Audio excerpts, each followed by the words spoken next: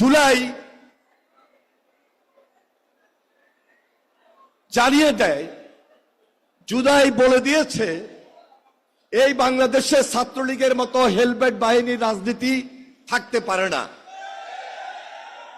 জুলাই জানিয়ে দিয়েছে জুলাইয়ের আন্দোলনের কারণে শেষ পর্যন্ত শেখ হাসিনার মতো ফ্যাসিস্ট পালিয়ে যেতে বাধ্য হয়েছে।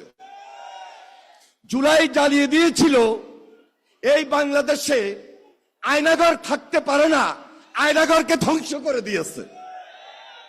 আজকে এই জুলাইয়ের নতুন দাবি, গত 1 বছর থেকে ছাত্ররা, প্রজন্ম, দেশের মানুষ আমরা আমাদের প্রত্যাশার জায়গা থেকে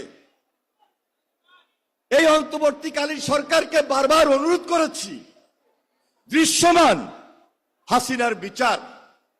কারণ হাসিনার বিচারটা যদি না হয় তাহলে এই দেশের মানুষ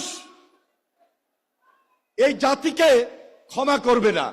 কারণ এই বিচারটা এত বেশি প্রয়োজন, কারণ যে ফ্যাসিবাদের বিরুদ্ধে লড়াই সংগ্রাম করতে গিয়ে আমরা বারবার নির্যাতিত হয়েছিলাম, আমরা বারবার ক্ষতিগ্রস্ত হয়েছিলাম, আমরা দেশের গণতন্ত্র হারিয়েছিলাম, দেশের স্বাভাবিক রাজনীতি নষ্ট করে দিয়েছিল।